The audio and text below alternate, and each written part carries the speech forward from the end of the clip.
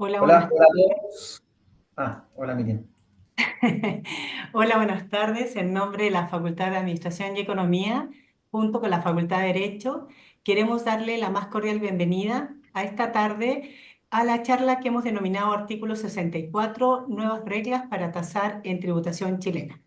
Mi nombre es Miriam Gutiérrez y junto a Pamela Reich, directora de posgrado de la Facultad de Derecho, queremos invitarlos a este espacio de reflexión y conversación donde siempre abordamos temas relevantes y esta tarde puntualmente hablaremos y nos enfocaremos en el ámbito tributario, que es fundamental para el funcionamiento de la economía y la sociedad, y el cual además es un mecanismo para asegurar la equidad, la transparencia, la estabilidad económica y el desarrollo de cualquier país. Quiero presentar a nuestro expositor, Rodrigo Vinter, abogado, magíster en tributación internacional de la Universidad de Florida, socio en Pricewaterhouse, magíster en Derecho Tributario de la Universidad de Chile y además es director académico del Magíster en Tributación de la Universidad Diego Portales, que tiene además una virtud que es interfacultades, entre la Facultad de Administración y Economía y la Facultad de Derecho. Rodrigo, te damos la más cordial bienvenida esta tarde. Muchas gracias Miriam. Eh, Efectivamente, yo soy el director del programa de Magíster en Tributación, es un programa nuevo que estuvimos hartos, diría, años preparándolo. Es un programa que pensamos que pretende mezclar el área contable, legal, incluso algunos aspectos económicos y tuvimos, creo yo, la suerte de que nos tocó una modificación legal que es la que vamos a hablar ahora, que puede ser abordada de esas tres perspectivas. Entonces creo que el tema nos cayó de cajón. Un tema súper interesante al cual invitamos a dos expositores, Sergio Alburquenque, abogado de la Universidad Diego Portales, doctor en Derecho Tributario y además profesor de la UDP y va a ser también profesor de nuestro magíster.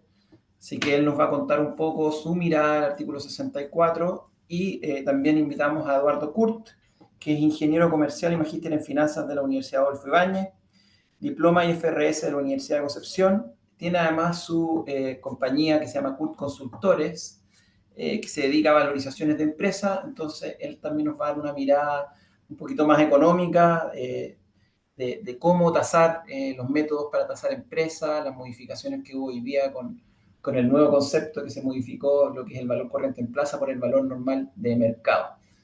Dicho esto, entonces los dejo con los expositores y las preguntas, por favor, mándenlas por el chat y una vez que concluya la charla las vamos a ir recorriendo en conjunto con ustedes para así no interrumpir la charla de nuestros panelistas. Voy a compartir mi pantalla.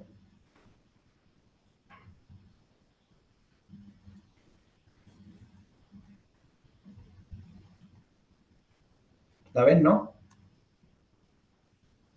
No, no se ve. ¿No? No,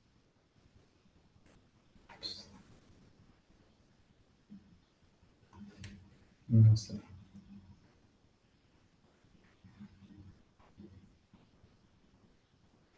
¿Ahí sí? ¿La ahora ven? sí. Sí. Perfecto. Este es un poco el temario de las cosas que veremos y los dejo aquí con Sergio, que nos irá contando un poquito los detalles.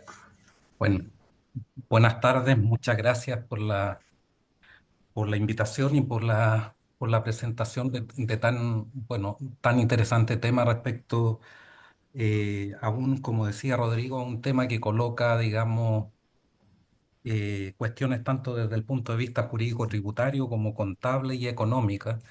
Y como decía él, viene de cajón, digamos, porque el magíster en tributación de la UDP precisamente, digamos, tiene este enfoque metodológico. Entonces, podríamos decir que esta es una primera charla en la línea, digamos, de dar cuenta de esta metodología que va a estar presente, digamos, en cada una de las asignaturas que integran la malla de este magíster en tributación.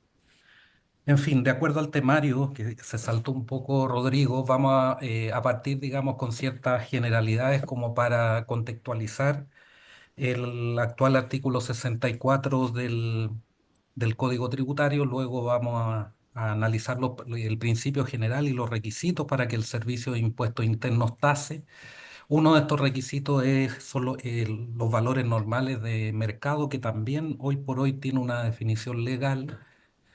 Luego analizaremos el proceso de fiscalización de lo que podríamos denominar la tasación general. Enseguida, la tasación del precio o valor asignado a un inmueble, que tiene una regla especial, tanto, digamos, especialmente, digamos, en lo procedimental, respecto de lo que es la tasación general, que está regulado en los 5 primeros incisos del artículo 64, para luego entrar en los efectos de la tasación, es decir, la tributación de la diferencia de precio o valor determinado por el Servicio de Impuestos Internos comparativamente con aquel fijado por las partes contratantes. En la misma línea, ¿verdad? Y es más o menos la estructura de la norma y de la circular que hace poco tiempo emitió el Servicio de Impuestos Internos en esta materia.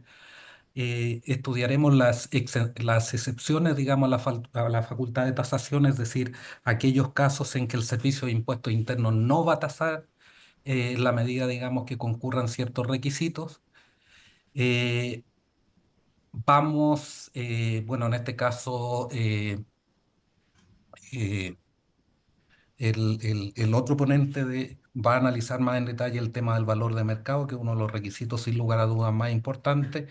Y va a terminar, digamos, con ciertos enfoques metodológicos comúnmente aceptados, precisamente relativo a la determinación del valor de mercado. En fin, entrando ya derechamente en materia y en la primera cuestión que aparece en el temario, es decir, las generalidades, hay que partir señalando que el artículo 64 del Código Tributario fue modificado por la Ley 21.713 de noviembre del año recién pasado, y que en lo que a esta norma respecta entró en vigencia a partir del 1 de noviembre del año 2024. Por lo tanto, nos encontramos con una norma plenamente vigente hoy por hoy. Como ya señalaba, hace algunos días atrás, específicamente el 27 de marzo del 2025, el Servicio de Impuestos Internos publicó en su sitio web la circular número 23, que contiene la interpretación administrativa del Servicio de Impuestos Internos respecto de esta modificación legal. También en términos generales podríamos decir que la tasación, incluso después de esta modificación, sigue siendo un medio de fiscalización del Servicio de Impuestos Internos, y que tasar significa determinar administrativamente el monto de la base imponible o uno de los elementos que sirven para determinar el impuesto. También podríamos añadir, digamos, en esta caracterización que la tasación supone un cuestionamiento al valor declarado por el contribuyente. Y veremos a lo largo de esta presentación y de la regulación, digamos, que se contiene en el artículo 64, que desde el punto de vista probatorio podríamos decir que se trata de un ejercicio comparativo de precios o valores, ¿verdad? Especialmente para los efectos de determinar lo que se denomina el valor normal de mercado. Es un acto administrativo, por otra parte, practicado por el Servicio de Impuestos Internos y debe ser fundado. Y este detalle no es menor. Hay que darle el crédito a la Defensoría del Contribuyente, que en el procedimiento de consulta pública llevado a cabo antes de la publicación de esta circular, hizo presente algunos comentarios, digamos, poniendo de relieve la importancia que tenía, que debería tener, digamos, el que la tasación fuera un acto administrativo fundado, especialmente en aquellos casos en que el contribuyente no concurre o no comparece o no da respuesta a la citación. Y por lo tanto aquí hay un estándar de exigencia de fundamentación o de motivación de la tasación, especialmente en lo que se refiere, digamos, a la justificación del valor normal de mercado. Por otra parte, podríamos decir, y esta nota no es menos importante, digamos, que la tasación es una norma especial antielusión, es decir, una norma legal que tiene como finalidad evitar que los contribuyentes manipulen los precios normales de mercado para que no se configure el hecho grabado o reducir la carga impositiva. De alguna manera, este carácter de norma especial antielusión se refuerza a partir de lo que se expresa en el inciso final del nuevo artículo 64, es decir, el inciso 15, donde se establece, digamos, que podrán hacerse consultas respecto, digamos, de los actos, operaciones o reorganizaciones en relación al artículo 64, de acuerdo al procedimiento del artículo 26 bis del Código Tributario, que es aquella consulta especial en los casos, digamos, de aplicación de la normativa general antilusiva o de las normas especiales antilusivas. Aquí, Sergio, perdona, te voy a interrumpir un segundo en esta Sí, parte, dale, que dale. a mi juicio un tema acá que es bien relevante es que a partir de esta modificación legal, que es la ley 21.713, que se publicó el 24 de octubre, empezó a regir respecto a esta norma el 1 de noviembre. O sea, hay organizaciones que ya se hicieron al amparo de esta norma. Yo tengo ahí mis dudas de cuando veamos las excepciones a la norma de reorganización, si cumplieron con los requisitos que establece la circular o no, porque la circular no estaba dictada, pero bueno, eso es un tema que lo vamos a ver más adelante. Pero el punto que les quiero mencionar es que hasta antes de la publicación de esta ley existía un principio que es que la norma especial antielusión primaba por sobre la norma general antielusión. A mi juicio, ese principio de especialidad que antes era absoluto, hoy día es más relativo.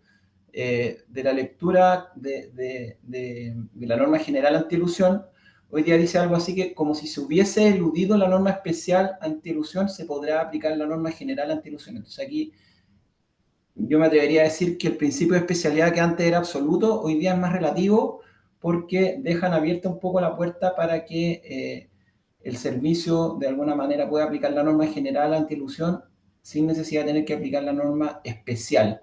Entonces acá se van a dar casos, creo yo, en que va a haber la discusión sobre si aplica el artículo 64 como norma especial o si va a aplicar la norma general, que es la norma general antielusión. Vale, nomás, Sergio, perdona la interrupción. Sí, no, hay también una precisión. Lo que dice, digamos, lo que plantea el artículo 4 bis y siguiente a este respecto es que cuando se hayan realizado actos o operaciones que signifiquen, digamos, la evitación de la aplicación de una norma especial antielusiva, se aplicará el procedimiento de la norma general antielusiva, pero para los efectos de aplicar la norma especial. Y en todos los tonos se ha dicho hasta ahora, digamos, que el artículo 64 es una norma especial antielusión. Por lo tanto, si eso es así, debiese primar el principio de especialidad, ¿verdad?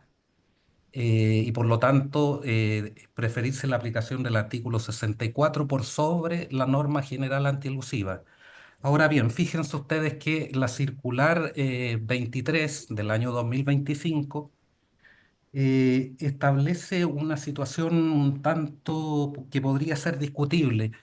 Ustedes saben que en los casos de fusión y división de sociedades, el Servicio de Impuestos Internos, tanto en la norma antigua como en la norma modificada, señala que el Servicio de Impuestos Internos no tasará en la medida que se mantenga el valor tributario ¿verdad?, de los activos que se traspasan.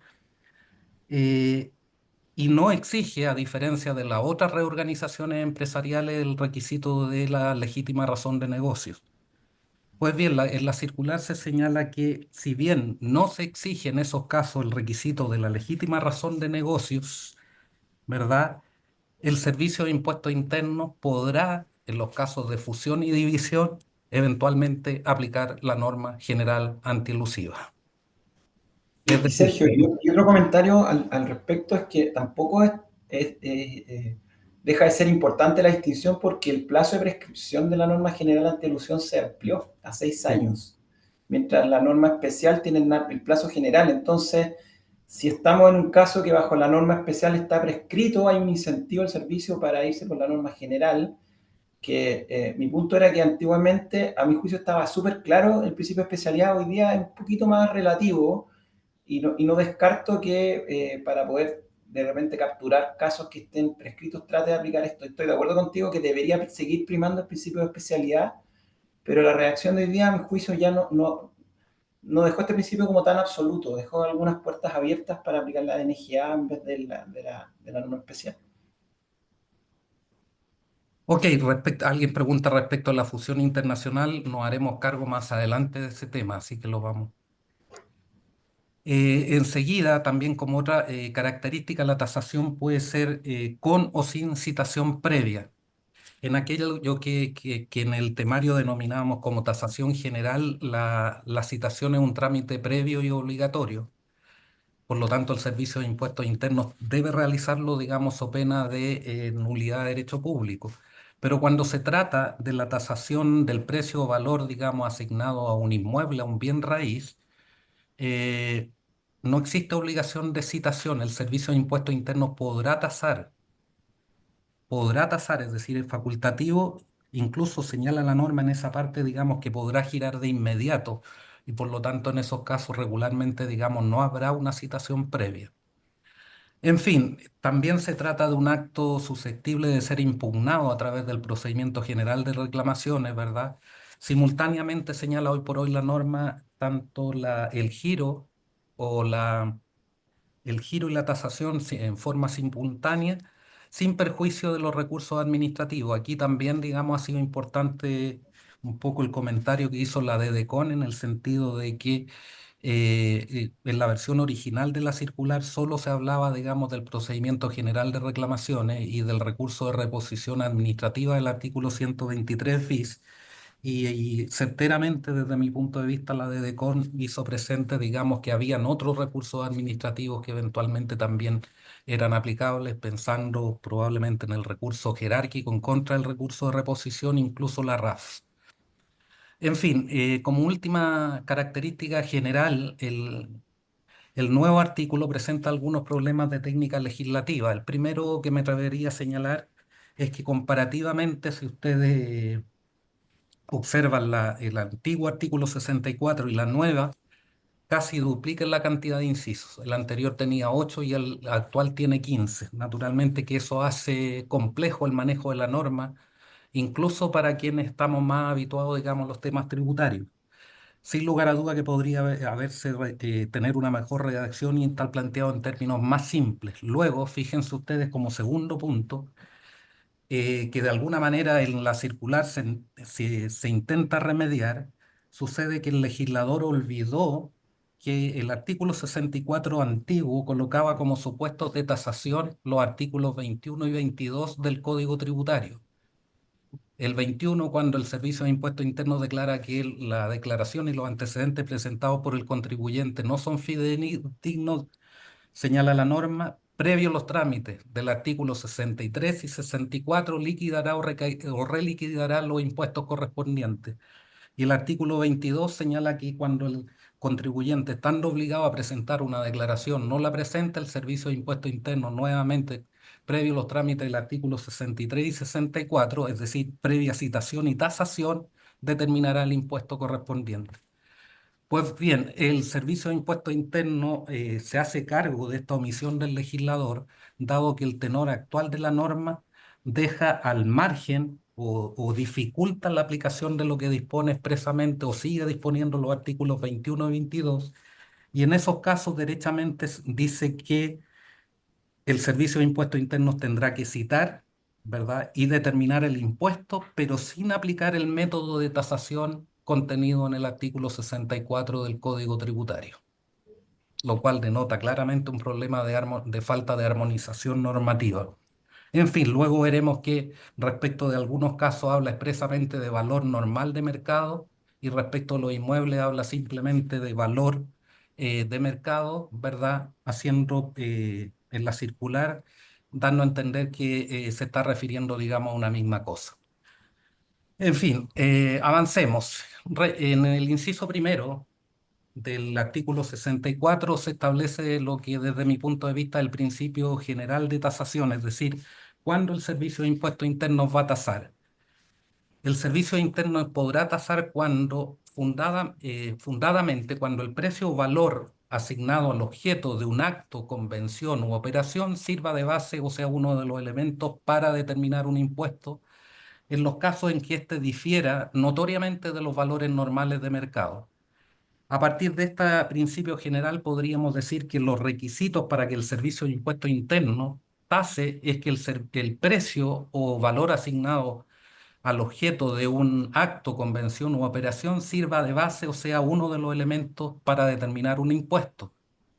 En la circular se señala que la expresión acto, convención u operación deben ser entendidas en un sentido amplio, es decir, como cualquier manifestación unilateral de voluntad o acuerdo de voluntades, y no necesariamente, digamos, una enajenación como se señalaba en la norma, digamos, en vigor hasta antes de la modificación introducida por la ley 21.713.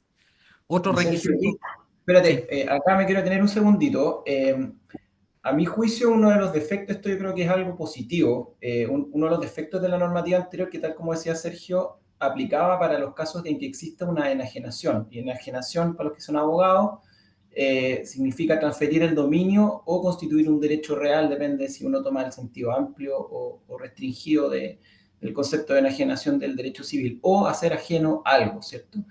Casos en que no estaba incluida o que no aplicaba la norma de tasación antigua, por ejemplo, en una asignación, cuando el empresario individual asignaba algo a la persona natural al empresario individual. Como es el mismo contribuyente, es una asignación. Entonces, el servicio no podía aplicar la norma de tasación porque no había una enajenación, no puedo hacer algo ajeno cuando soy yo mismo.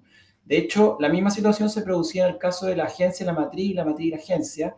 Sin embargo, el legislador se dio cuenta de eso y lo incluyó como una, si uno lee el artículo 38, si no me equivoco, de la ley de impuesto a la renta, dice que se aplicará la norma del artículo 64 a la asignación que haga la agencia a la matriz a la agencia, porque se daban cuenta que efectivamente, al ser la misma entidad, háblese entonces de la persona natural y el empresario individual, o la agencia y la matriz, que también son la misma entidad, no podía aplicarse la norma porque se trataba del mismo contribuyente. Sin embargo, con esto creo yo que sí podría ahora aplicarse porque ya no se restringe al vocablo enajenación como se requería anteriormente.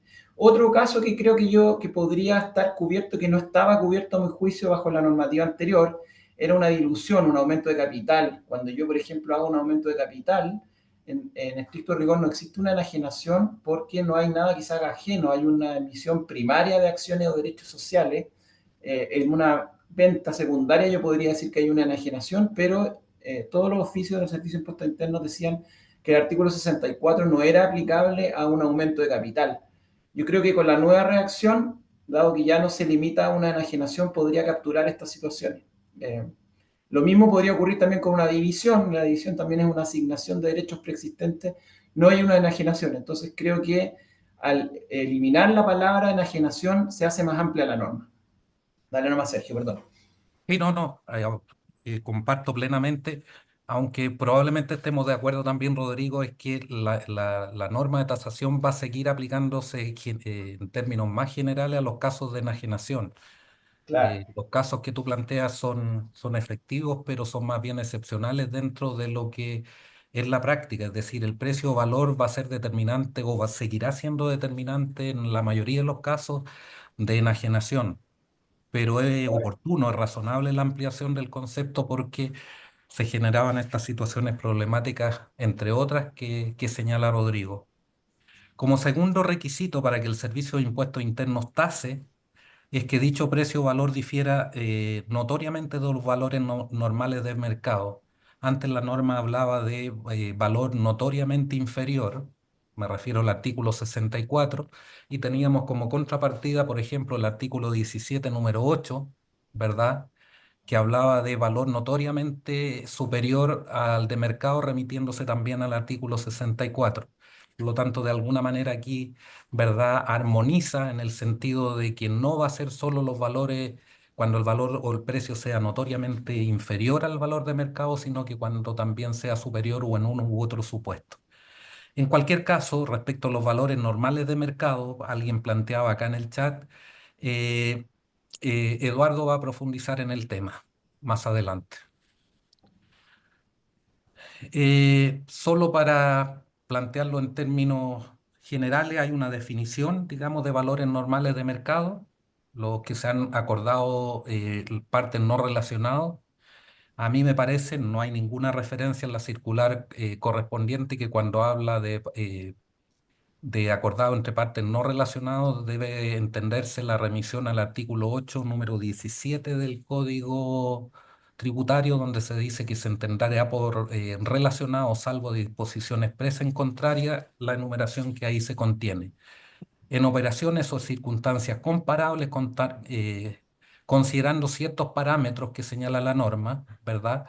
Pero se trata de una enumeración meramente ejemplar, considerando las características de la industria, sector o segmento, las funciones, activos o riesgos asumidos por las partes, las características específicas, componentes y elementos determinantes de los bienes, servicios, contrato o cualquier otra operación que se analice, ¿verdad? Y cualquier otra circunstancia relevante.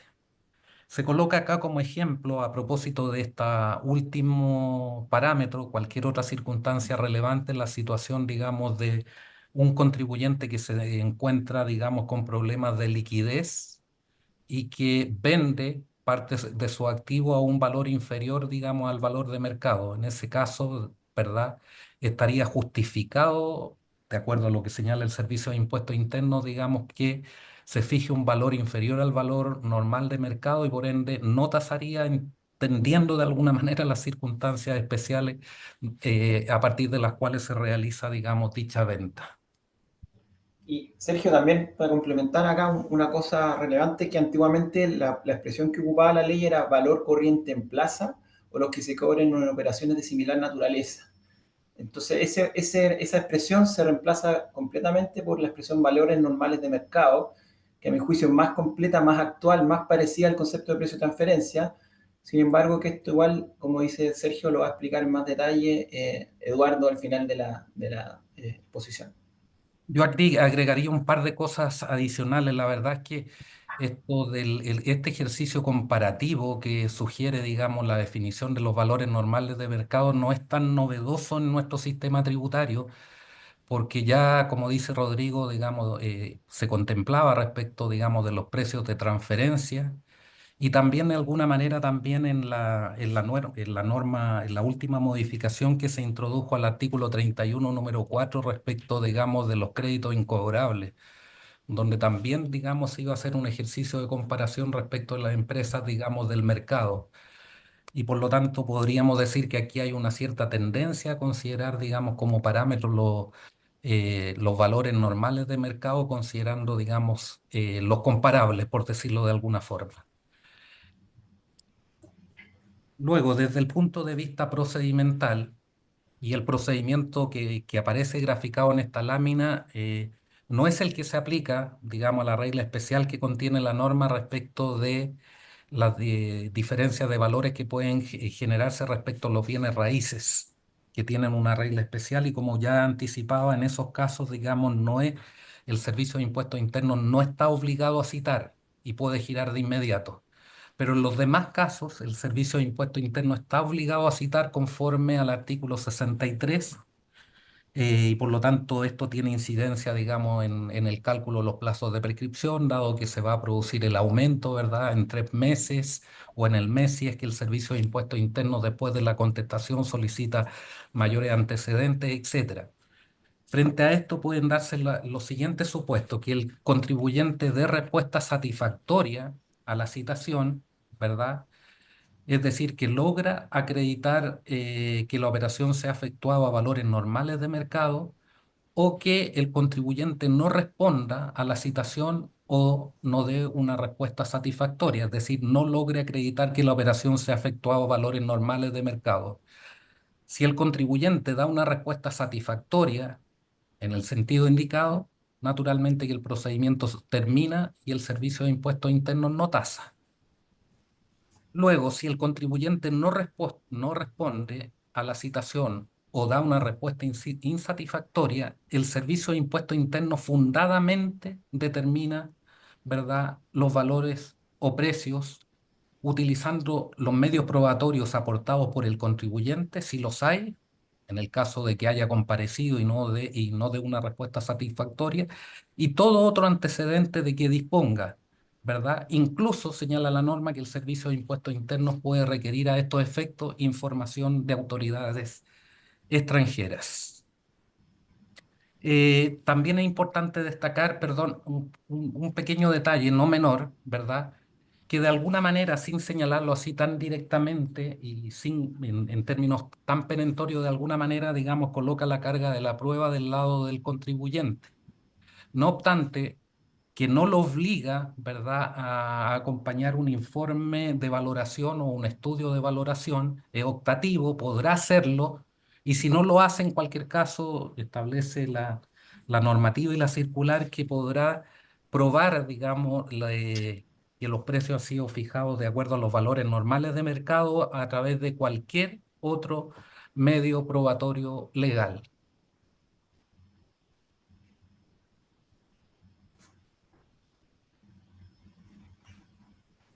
Como decía, el procedimiento anterior no es aplicable respecto a la tasación o precio o valor asignado a un inmueble.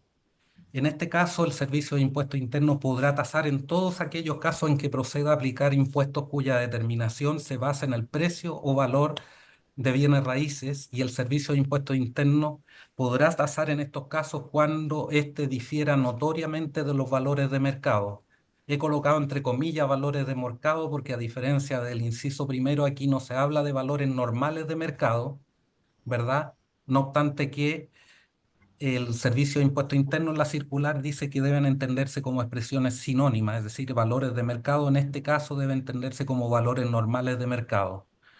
En este caso, el Servicio de Impuestos Internos podrá girar de inmediato, ¿verdad? Es uno de los casos de giro autónomo sin trámite previo, es decir, no es necesario que cite en forma previa. No se restringe a la enajenación de bienes raíces, y la tasación o giro podrán ser impugnadas en forma simultánea a través del procedimiento general de reclamaciones, sin perjuicio de la interposición de los recursos administrativos que resulten procedentes.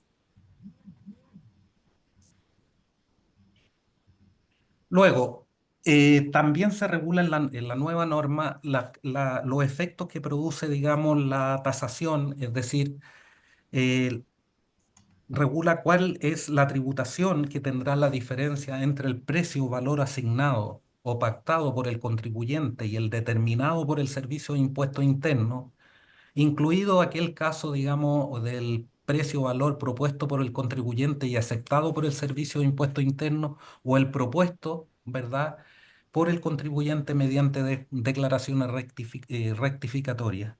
Esta diferencia se afectará con el impuesto único del inciso primero del artículo 21 de la Ley de Impuesto a la Renta, denominado, como ustedes saben, digamos, como impuesto de sanción, dado que TAS grava con una tasa de un 40%, ¿verdad?, sobre el monto, en este caso, de la diferencia de precio o de valor. Ahora bien, acto seguido, la propia norma establece, digamos, casos en que la diferencia de impuestos no se va a gravar con, la diferencia de precio o valor no se va a gravar con el impuesto único del artículo 21, ¿verdad? Y para ello tienen que darse tres requisitos copulativos: que las diferencias determinadas, ¿verdad?, sean determinadas por el propio contribuyente en declaraciones rectificatorias, que estas diferencias sean presentadas y declaradas, a través de las declaraciones rectificatorias antes del requerimiento del Servicio de Impuestos Internos. Entiende el Servicio de Impuestos Internos en la circular referida que esta expresión antes del requerimiento del Servicio de Impuestos Internos se refiere a aquel que se produce antes de la notificación del artículo 59, ¿verdad?, que establece los casos de requerimiento y los plazos, ¿verdad?, dependiendo de la materia que tendrá el Servicio de Impuestos Internos para citar, liquidar o girar el impuesto correspondiente. Y el tercer requisito es que siempre debe implicar un aumento en la base imponible. Si se cumplen estos requisitos, como señalaba, no se va a aplicar el impuesto con tasa del 40% establecido en el artículo 21, inciso primero, sino que las diferencias impositivas tributarán con los impuestos generales, ¿verdad?, que corresponda al acto, convención u operación objeto de la rectificatoria. Eh, Sergio, aquí un pequeño comentario personal, a lo menos. Yo considero que hay muchas cosas positivas, pero esto no me gusta a mí. Esto es gusto personal nomás, pero nos ha tocado en varias oportunidades que a veces el contribuyente se equivoca sin quererlo, y quiere rectificar, y te notifican y no te diste ni cuenta, y resulta que, como decía Sergio, equivocarse y que el servicio se dé cuenta, o ni siquiera se dé cuenta, porque, como decía Sergio, para la no aplicación del impuesto del artículo 21 con motivo de una tasación, es necesario que la ley dice que no existe un requerimiento. La definición de requerimiento no está en la ley, sino que está en la circular. Y es básicamente casi cualquier cosa. Entonces, si a mí me notifican pidiéndome antecedentes, uno podría argumentar de que esto ya fue un requerimiento del Servicio de Impuestos Internos y ahí la multa es del 40% inmediatamente. Entonces, creo que hay pocos incentivos a rectificar o arreglar el problema. Nos ha tocado varias veces que te llega una citación, uno se da cuenta y uno, como la citación te permite rectificar, hoy día van a haber menos incentivos a querer rectificar si es que uno, además de reconocer el impuesto que se tiene que pagar el impuesto en multa. A mi juicio esto debe haber sido este tema de la palabra requerimiento del servicio de impuesto interno, que es bien amplia, a mi juicio va a traer algunos inconvenientes. También una cosa que me Sí, imaginaba que... perdón. Sí, Y por lo menos, Rodrigo, a mí me parece que la citación hubiese sido más razonable claro. De hecho, como límite. muchas veces el 59 es una notificación de pedida antecedente, entonces uno ni siquiera sabe qué es lo que te están buscando y habrá que interpretar entonces que iban o que la intención del fiscalizador era ir a una tasación para aplicarte el 40, pero a veces te piden antecedentes y uno ni siquiera sabe para dónde van. Entonces también veo difícil esto de rectificar después de un requerimiento y si ese requerimiento en verdad estaba dirigido a un procedimiento de tasación o no. Entonces yo veo esta parte, le reconozco que no me gusta mucho cómo está redactada y cómo la interpretó el Servicio de Impuestos Internos, pero en cosa de gusto hay todo en la vida, así que ustedes no tienen por qué opinar igual que yo. En fin, también una última cosa que es importante señalar, y yo creo que en eso sí que vamos a estar de acuerdo, es que el Servicio de Impuestos Internos hace una precisión importante a este respecto, que hay ciertos casos en que no es razonable, yo diría es imposible que se aplique, digamos, el impuesto único del inciso primero del artículo 21, no obstante que se aplique la facultad de tasación del artículo 64. Esto ocurre, por ejemplo, en el ámbito del IVA, en el artículo 16 y 17, ¿verdad? Que faculta al Servicio de Impuestos Internos para tasar cuando, por ejemplo, se asigna, digamos, en la venta de un bien raíz un valor inferior al valor de lo construido o un valor superior, digamos, al terreno para los efectos de disminuir la base imponible del IVA. En esos casos, como también en el artículo 50, digamos, de la Ley de Impuestos a la Herencia, Asignaciones y Donaciones, y en el artículo 5 de la Ley del Impuesto de Timbre y Estampilla, ahí el Servicio de Impuestos Internos señala que no obstante aplicarse el artículo 64 para tasar el precio o valor o establecer la diferencia, no se va a aplicar el artículo 21, porque naturalmente que en ese caso tendrá que aplicarse o el IVA o el impuesto a la herencia, asignaciones o donaciones, o el impuesto de timbre y estampilla y no el artículo 21 de la ley de impuesto a la renta. Claro, y quizás también una cosa, cada día se parece a mi juicio más al 64 a precio de transferencia, pero también hay una diferencia muy relevante, que en la norma de precio de transferencia existe algo que se llama el ajuste correspondiente. Eso significa que si me aplican la norma de precio de transferencia, yo le doy a la contraparte el ajuste. O sea, si implicó un mayor gasto, la otra parte tendrá un mayor ingreso y se tendrán que poner de acuerdo a las jurisdicciones. Acá no ocurre eso. Acá cuando te tasan, no es que la contraparte va a tener un mayor costo, por ejemplo. Solo para un lado. No hay un ajuste correspondiente. Eso no lo era y tampoco lo hay ahora con esta norma. Ok. Bien, enseguida el artículo 64 regula aquellos casos en que no se aplica la facultad de tasación. Y en esto hay cierto continuismo, pero con algunas precisiones o alguna modificación en cuanto a los requisitos que hacen procedente, digamos, la no aplicación de la facultad de tasación. Tenemos un primer caso que es el de la fusión y división de sociedades, tanto nacionales como internacionales, establece hoy por hoy la norma.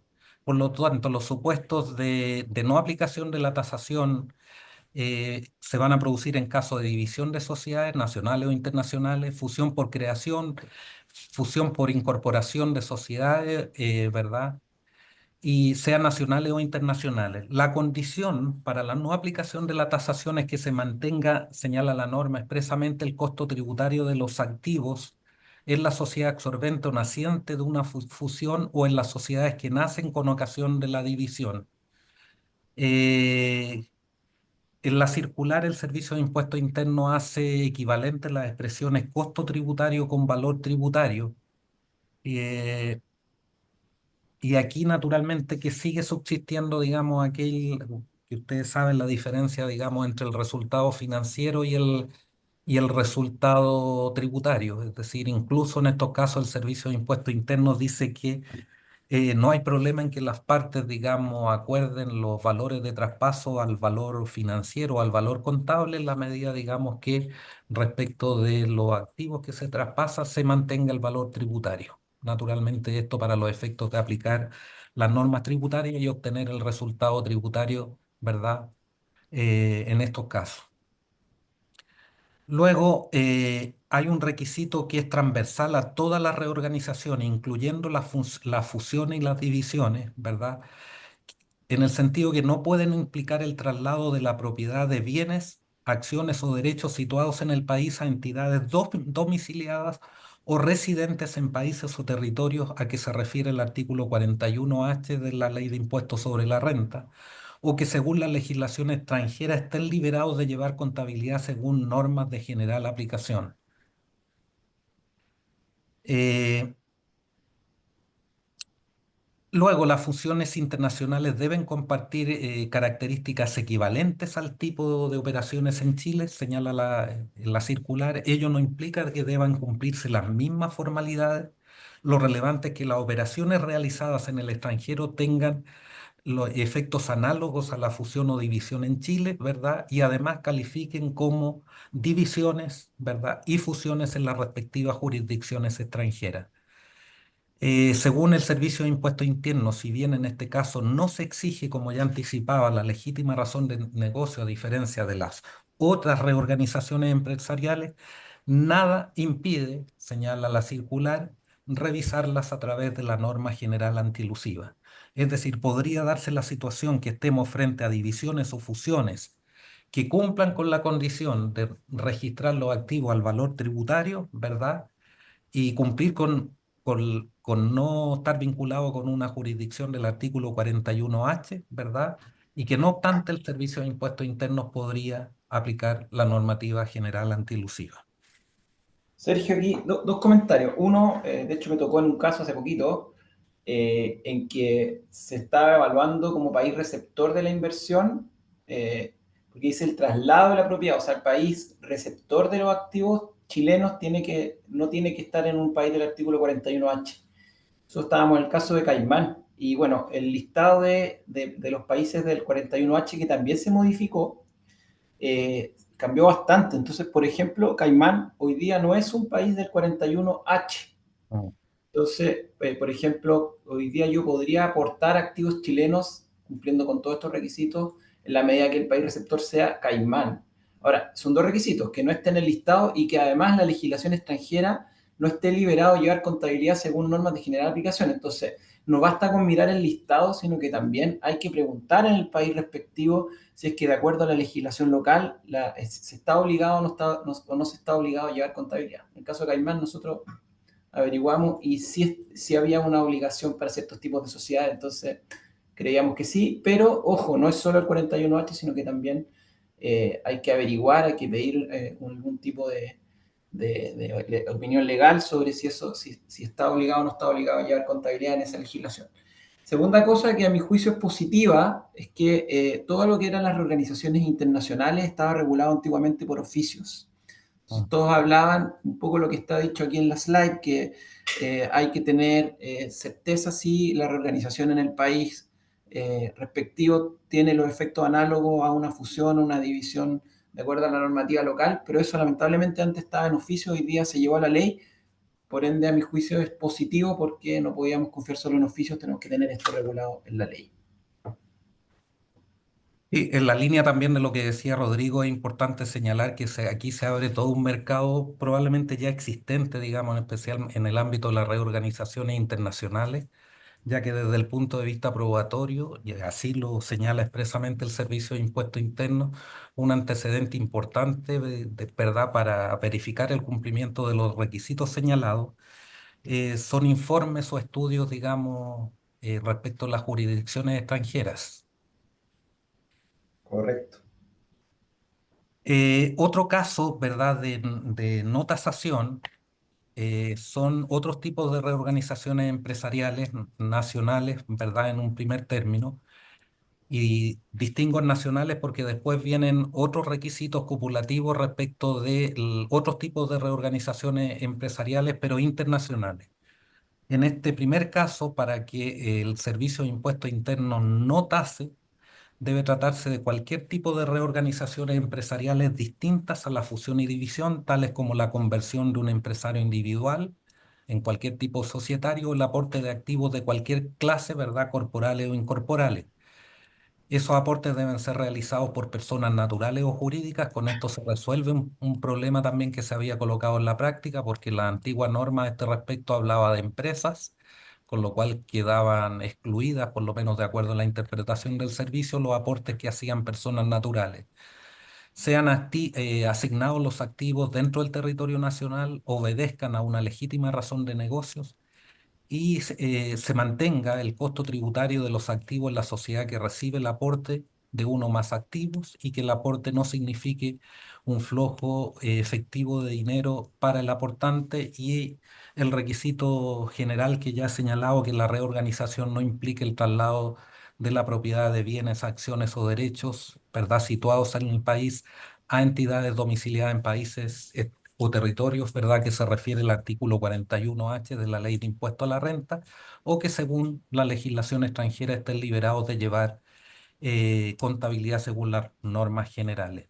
Aquí se simplifica un poco la norma, ¿verdad?, en el sentido de que ya no exige que el aporte se traduzca en un aporte de capital o en la constitución, digamos, de una nueva sociedad, y tampoco se hace referencia a las formalidades, digamos, de que el aporte constara en una en una junta de accionistas o en una modificación de los estatutos sociales, en el caso de tratarse de sociedades de responsabilidad limitada o en otros tipos societarios distintos a las sociedades anónimas.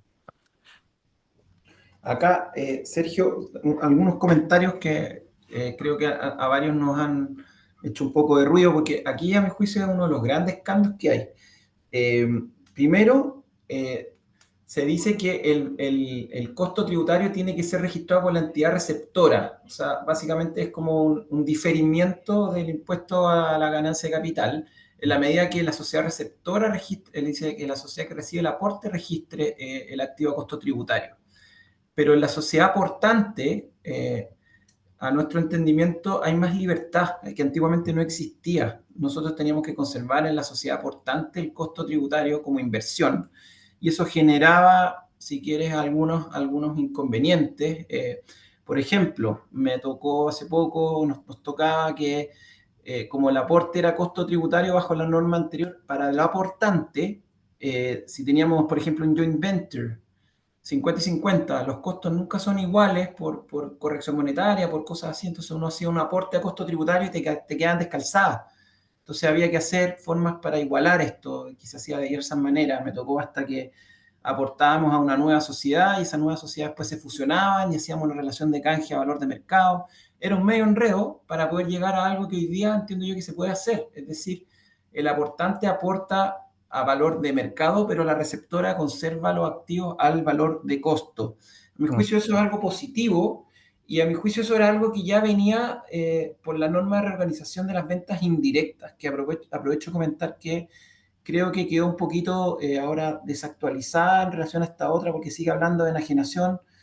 Creo que en algún momento se va a terminar modificando. Pero cuando uno veía las reorganizaciones para las ventas indirectas, dice la norma de reorganización para las ventas indirectas, que no puede haber un mayor valor para el aportante. Entonces uno pensaba, oye, pero el aportante tendría que aportar en una sociedad extranjera aplicando una norma de costo chilena. Eso nunca ocurría, en realidad era impracticable.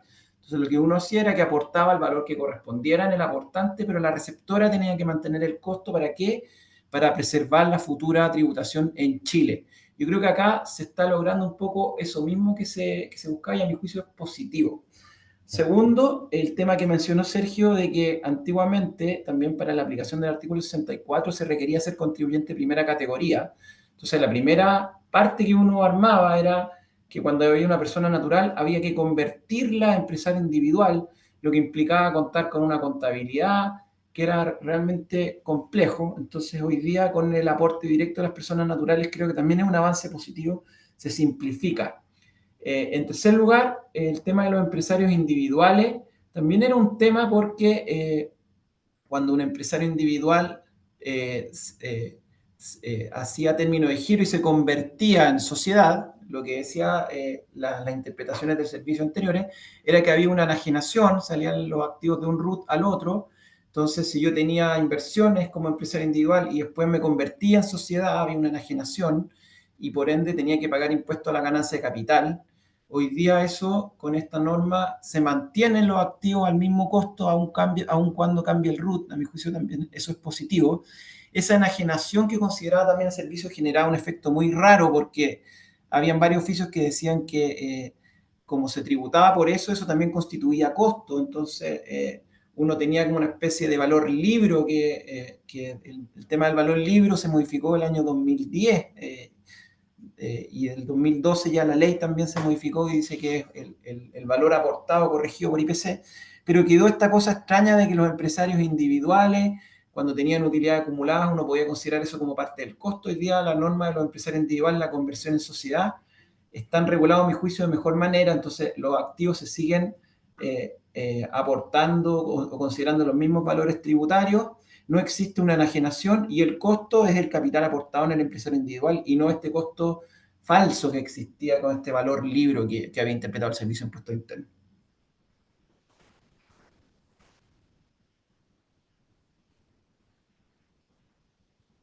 Ok, tenemos enseguida los casos en que no se aplica la facultad de tasación cuando se trata de reorganizaciones empresariales internacionales que produzcan efectos en bienes, acciones o derechos situados en Chile.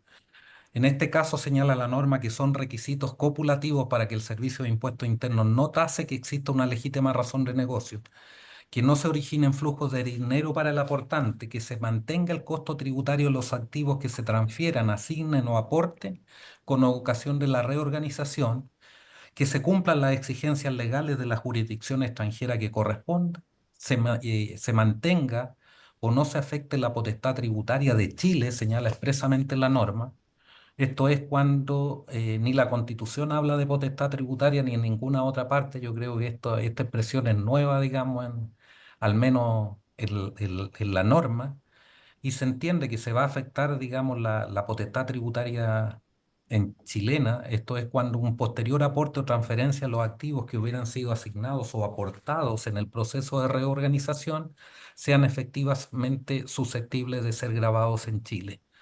Y como último requisito, que es transversal a todas las reorganizaciones, como vimos, fusiones, divisiones y otros tipos de reorganizaciones empresariales nacionales o internacionales, ¿verdad? El requisito vinculado con el artículo 41H de la LIRO, que según la legislación extranjera estén liberados de llevar contabilidad según las normas de general aplicación. Finalmente, como ustedes han podido apreciar, respecto de las reorganizaciones empresariales distintas a la fusión y división, porque ahí no se exige, digamos, que exista una legítima razón de negocio, pero en los demás tipos de reorganización empresarial, sean nacionales o internacionales, uno de los requisitos es que exista una legítima razón de negocio. Si vamos hacia atrás, digamos, podríamos encontrar, digamos, el origen de esta expresión en la jurisprudencia anglosajona, que se hablaba del business post test, ¿verdad? En el derecho europeo se habla del motivo económico válido. En nuestro sistema se habló primera vez, digamos, de la legítima razón de negocio sin definirla en la circular 45 del año 2001, ¿verdad? A propósito de la modificación o de la incorporación de la ley sobre gobiernos corporativos. Luego, en el caso Coca-Cola en Bonor, incluso se aplicó esta expresión legítima razón de negocio sin invocar una norma en específico, sino que entiendo yo como una suerte de principio general.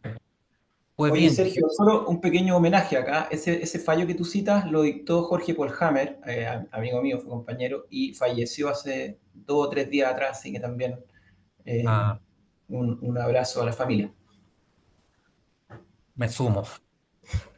En fin, y hago todo este recuento porque llegamos hoy a la nueva artículo 64 donde se intenta, digo yo, definir la legítima razón de negocio. Es una definición amplia, más bien ejemplificativa, es decir, el legislador no llegó al nivel de abstracción, ¿verdad?, para determinar o en términos más descriptivos cuándo hay una legítima razón de negocio, sino que señala, entre otras, habrá legítima razón de negocio o será legítima razón de negocio aquella que tenga por finalidad mejorar o facilitar las condiciones del negocio, así como obtener ventajas competitivas, financiamiento, la eliminación o mitigación, digamos, de costos o riesgos, aumentar la capacidad productiva o de presencia en el mercado, optimizar la administración y cualquier otra similar que en cualquier caso sea distinta a la meramente tributaria. Y por lo tanto,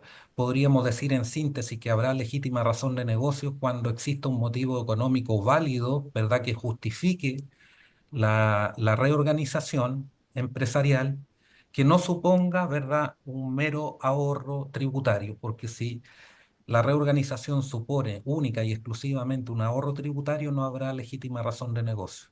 Y me atrevería a decir, sin que lo diga expresamente la norma, que también habrá legítima razón de negocio cuando concurriendo, digamos, motivaciones tributarias o de ahorro tributario, ¿verdad?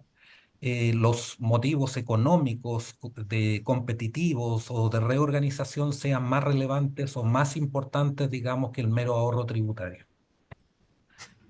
Eso es por Yo nuestro. aquí quería agregar y lo voy a hacer muy cortito porque no quiero extenderme tanto, pero algunas dudas que las preguntamos cuando salió el borrador de circular y no se resolvieron a mi juicio. Eh, Como todos saben, los aportes de bienes corporales muebles o inmuebles pueden estar grabados con IVA. Entonces, la pregunta es, cuando el aportante aporta un valor distinto al valor tributario, que ya sabemos que para el aportante puede ser un valor distinto, el requisito es que el receptor lo registre al valor tributario. ¿Cuál es la base de IVA? ¿El valor de la escritura o el valor tributario? Tiendo a pensar que es el valor de la escritura, pero no lo confirmaron. Eh, ¿Cómo se registra también esto en el capital propio tributario de la sociedad receptora? Tiendo a pensar que, como se conservan los costos tributarios, yo debería registrar en el capital propio tributario el costo tributario recibido, pero no lo aclara la circular. También creo que va a existir un problema, porque para poder acreditar el costo tributario, cómo uno lo va conservando, va a haber reorganizaciones que se hicieron antes y después del amparo de esta norma, y se van a producir confusiones para determinar cuál es el costo tributario, porque van a venir de antes y de después. Entonces, no sé bien cómo eso se va a resolver. Sé que hay muchas otras dudas, así que, Eduardo, te voy a dejar aquí un poco para que nos comentes la perspectiva un poquito más económica de esto, el valor normal de mercado, los métodos para tasar. eh, Toda la audiencia es tuya. Dale nomás, Eduardo. Perfecto. Muchas gracias, Rodrigo. Bueno, voy a tratar de ser breve en honor al tiempo y dejar espacio para preguntas. Bueno, en principio esto es más o menos lo similar a lo que está diciendo Sergio, que es un valor acordado entre partes no relacionadas en condiciones comparables, en el fondo que cualquier tercero adquiera este activo, que en mi especialidad son generalmente participaciones societarias. Las acciones se realizan en el mercado abierto. Acá, en este caso, ¿cuál es el gran problema en la valoración de empresas? Que a ver, nosotros estamos acostumbrados a la mayor montos que se transan en el mercado corresponden a empresas que transan en bolsa. Así que es súper fácil a ver los precios spot o pizarra y decir, mira, más o menos una acción vale a tal día se hizo la transacción, por lo tanto este es el valor.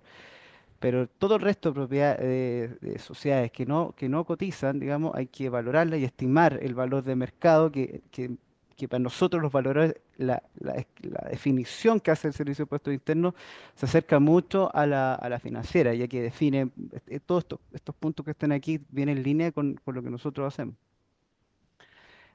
Como, ya, adelante. Eh, hay tres o cuatro enfoques que son los principales en valoración de empresas. El principal, yo diría que el 98% de las ocasiones se utiliza el flujo caja descontado, que es el valor que toma una empresa por la capacidad que tiene de generar flujos de caja. A ver cuánta plata les genera a los aportantes de capital. Entonces, ¿qué hacemos? Proyectar los flujos que genera una compañía y ajustamos esta proyección en base a su riesgo, que es la tasa de descuento. Generalmente en los flujos caja consideramos el flujo caja libre o free cash flow, que en el fondo es lo que queda, digamos, en el bolsillo de los aportantes de capital, y la tasa de descuento es un promedio, una tasa de costo capital promedio ponderado o WACC, que en el fondo es cuánto se lo aporta de deuda de los acreedores y los accionistas. Calculamos el costo de cada uno y lo ponderamos. Eso es en el fondo lo que está detrás de esto. Esto es generalmente para operaciones en marcha, que es la gran mayoría de las veces, ¿ya? ¿Cuál es la gracia de esta metodología? Que en esencia estima el valor de todos los activos que componen la compañía, tanto los activos, digamos, que nosotros vemos en los libros, como también los intangibles. Todo esa como bolsa de gato, por decirlo, digamos, de intangibles lo capturaría el flujo caja descontado, ¿no? Y acá, perdona que te interrumpa un segundo, Eduardo, lo que ocurría a mi juicio, y también por eso yo creo que es importante todo el aporte de Eduardo, porque muchas veces uno veía que los contribuyentes y el propio Servicio de Impuestos Internos, para simplificarse la vida, ocupaba un método que es sencillo, valor libre. Entonces ellos iban al patrimonio y consideraban eso como el valor de mercado. Hoy día yo creo que tanto los contribuyentes como el servicio están un poco más sofisticados y se están empezando a aplicar estas metodologías, y no hay una metodología 100% correcta, sino que depende de cada compañía, detectar cuál es el método que es más aplicable para su modelo. No sé, una empresa que tiene, por ejemplo, una concesión a un determinado periodo de años, que se va a acabar la concesión, probablemente la compañía va a valer el valor de los activos que corresponde a liquidar, pero no es lo mismo, como decía Eduardo, una compañía que, por eso dijo, una vaca lechera que produce caja. Entonces probablemente ahí el método más adecuado es el flujo de caja descontado, pero gran parte del trabajo también es en detectar cuál es el método preciso para el tipo de sociedad que yo estoy valorizando. Si dije algo mal, por favor, corrígeme, Eduardo, ¿eh? No, está perfecto. Si en realidad hay que evaluar a cada caso, pero por lo que yo veo en la práctica es que es más o menos de un 90 o 98% de los casos son compañías en marcha que en el fondo es previsible ciertos flujos de caja, ¿ya? Eh, Eso, Claro, como esas son resumen. sociedades operativas. Ahora nos toca muchas veces que tú tienes cascadas. Entonces, tienes, por ejemplo, una sociedad holding y la operativa. Entonces, la holding probablemente, como no genera flujo, va a los libros, pero la operativa probablemente por el método de los flujos de caja. Sí, así es, ya.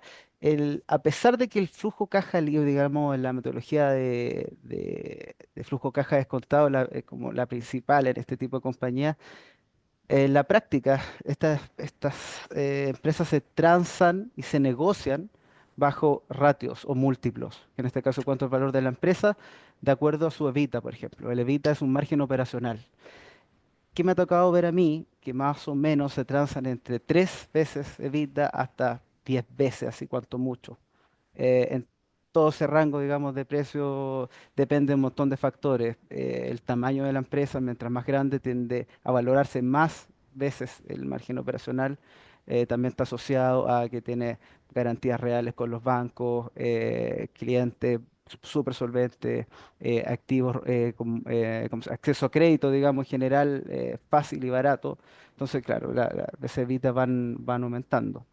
Eh, ¿Cuál es el problema de esto? Que como o aquí en Chile al menos, las transacciones son over the counter o digamos son contratos privados, no es pública esta información, se compra o hay, digamos, se puede comprar, pero digamos están generalmente en mercados emergentes que son abiertos y tienen ciertas distorsiones por lo cuanto menos por tamaño. O sea, una empresa que cotiza en bolsa, en vez de Evita, es bien difícil compararla directamente, si bien podría ser dentro de la misma industria, con una pyme acá, no sé, que facture 2.000 millones, 3.000 millones de pesos. Eso por este enfoque. Y valor, como decía Rodrigo, valor libre ajustado, que en el fondo es decir, mira, esta empresa no hay un concepto de continuidad, ¿no? Esta empresa no va a seguir, digamos, funcionando o tiene flujos que no son previsibles. Bueno, ¿qué se hace en estos casos? Es decir, como si, por ejemplo, un vehículo de que es esta especie de cascada que está más arriba, que solamente tiene inversiones, valoramos por valor libre ajustado. Que en el fondo es decir, es el valor de mercado de cada uno de los activos que componen las partidas contables.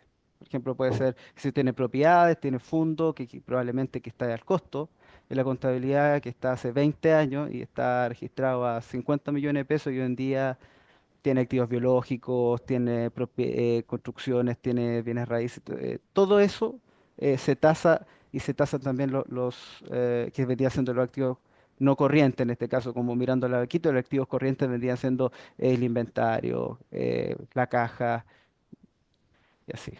¿Ya?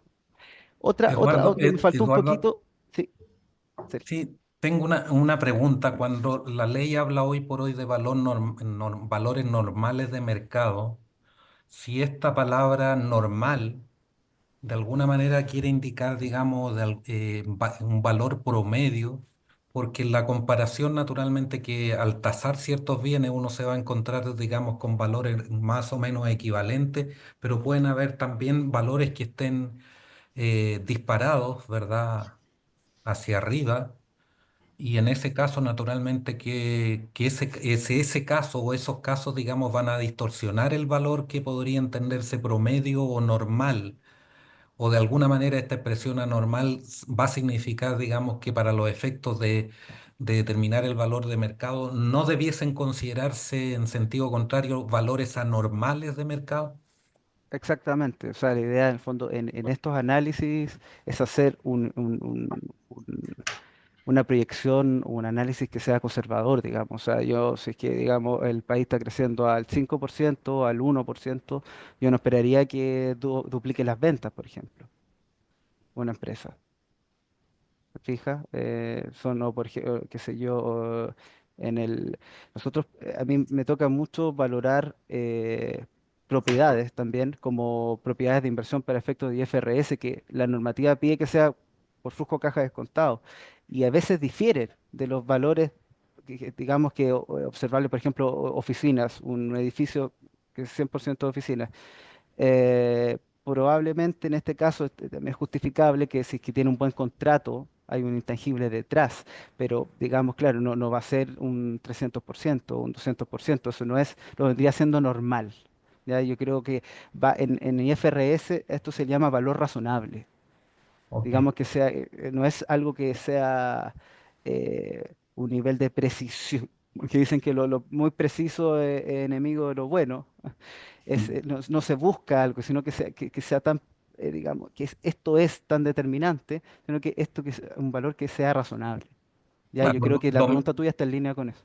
lo digo desde la perspectiva, digamos, de la autoridad tributaria que natural y tendencialmente probablemente buscará los valores más altos, porque eso se va a traducir en mayor recaudación y por lo tanto creo que la normal, no sé, quiero interpretar que de alguna manera fija un límite por arriba, digamos, a la Sí, fijación de cualquier valor.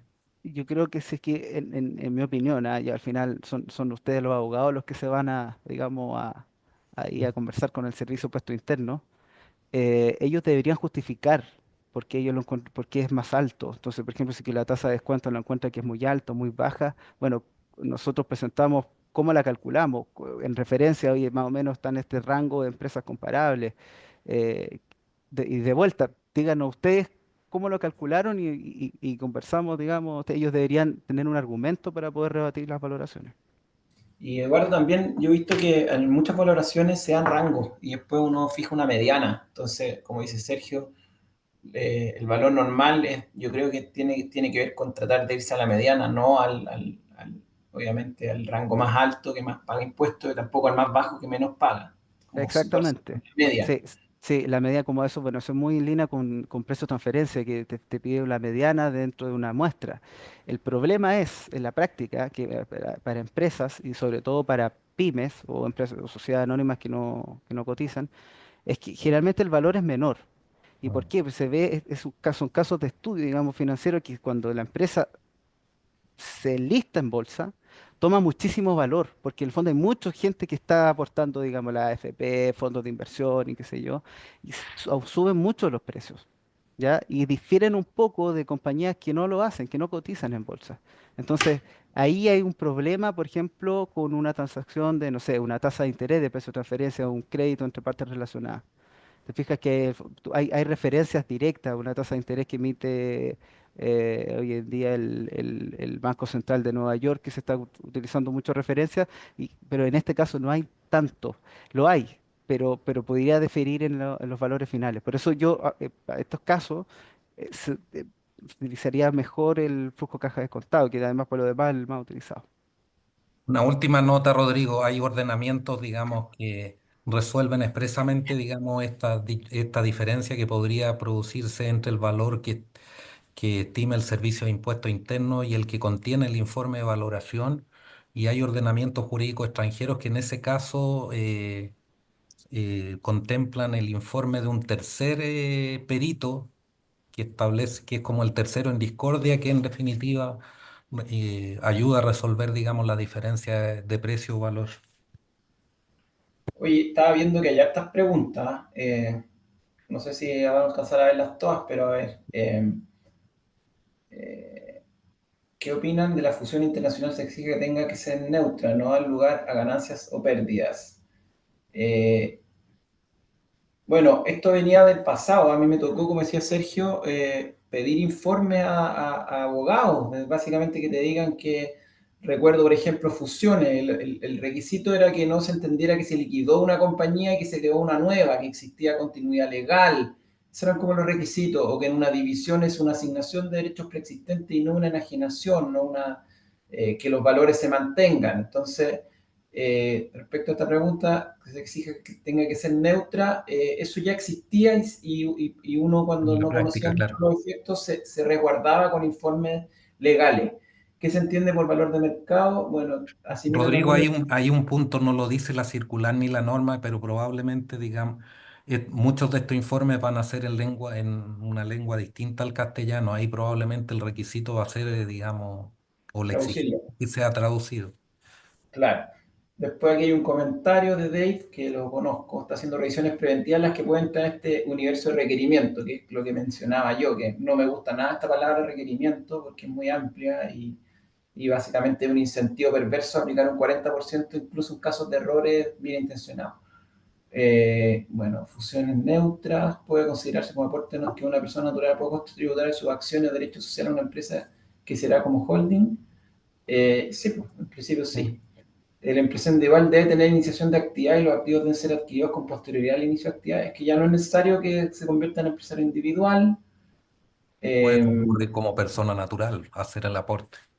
claro, y ahí es la misma pregunta, que no existan flujos para el aportante, si hay otro tipo de reorganización que no es aporte, el requisito no aplica de que no hay un aportante.